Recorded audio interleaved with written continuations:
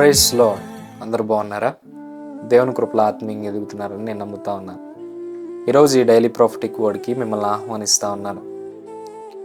ఈ రోజుల్లో మనం చూస్తే క్రైస్తవ్యం మీద, క్రైస్తవుల మీద దాడి ఎక్కువగా జరుగుతూ ఉంది. క్రైస్తవ్యం అంటే నెగిటివ్గా మాట్లాడేవాళ్ళు, క్రైస్తవ్యం అంటే పడని వాళ్ళు చాలామంది ఎక్కువైపోయారు. క్రైస్తవ్యం పట్ల దాడి చేయడానికి ప్రతి ఒక్కళ్ళు ముందుకు వస్తూ ఉన్నారు. చర్చెస్ పట్ల కానీ ఇలా చాలా దాడులు క్రైస్తవ్యం మీద జరుగుతూ ఉంది. చాలామందిలో క్వశ్చన్స్ రైజ్ అవుతున్నాయి. ఏంటంటే, దేవుడు ఎందుకు మౌనంగా ఉంటున్నాడు? ఎందుకు ఇట్లా జరుగుతున్నా కానీ దేవుడు ఎందుకు మౌనంగా ఉంటున్నాడు? చాలామంది పాస్టర్స్ని కొడుతున్నారు, చాలామంది విశ్వాసుల్ని కొడుతున్నారు. ఎందుకు దేవుడు మౌనంగా ఉంటున్నాడు? దేవుడు ఏం చేయట్లేదంటే, ఈరోజు నేను ఒక ఎగ్జాంపుల్ ద్వారా మీతో మాట్లాడాలని దేవుడు నన్ను ప్రేరేపించాడు. దక్షిణ కొరియాలో ఒక సేవకుడు సేవ చేస్తూ ఉన్నాడనమాట. సేవ చేస్తూ ఉంటే అతన్ని ఒక 40 మంది నాస్తికులు వచ్చి బెదిరించారు. ఊరు బయటికి తీసుకువెళ్ళి, నువ్వు గనక యేసు ప్రభు గురించి ఇంకోసారి ప్రకటిస్తే నిన్ను నీ కుటుంబాన్ని సజీవంగా సమాధి చేస్తాం, జాగ్రత్త అని బెదిరించారు.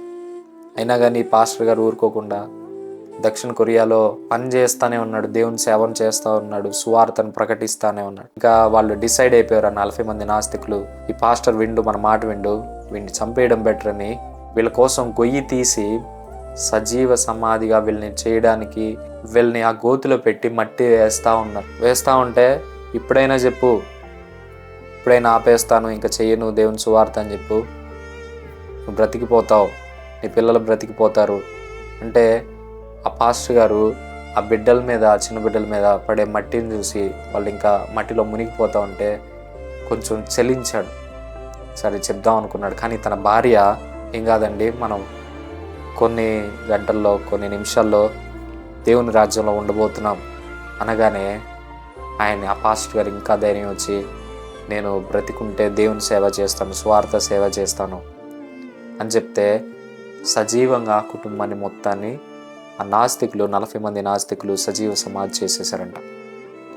చేసేస్తే ఈ దక్షిణ కొరియాలో ఉన్న సేవకులందరూ, విశ్వాసులందరూ ఎందుకు దేవుడు కాపాడలేదు వాళ్ళని అని ఇట్లానే మాట్లాడుకుంటూ ఉన్నారంట. చాలామంది నిరుత్సాహంలోకి వెళ్ళిపోయారంట. అయితే కొన్ని సంవత్సరాల తర్వాత జరిగింది ఏంటంటే, ఆ దక్షిణ కొరియాలో ఒక పెద్ద సేవకుడు లేచాడు. ఆయన ఎవరో కాదు, పాల్ యాంగిచో గారు. తర్వాత దక్షిణ కొరియాలో బలమైన సేవ చేసినట్టు ప్రపంచంలోనే అతిపెద్ద సంఘంగా పాల్ యాంగిచో గారి సంఘం ఉంది.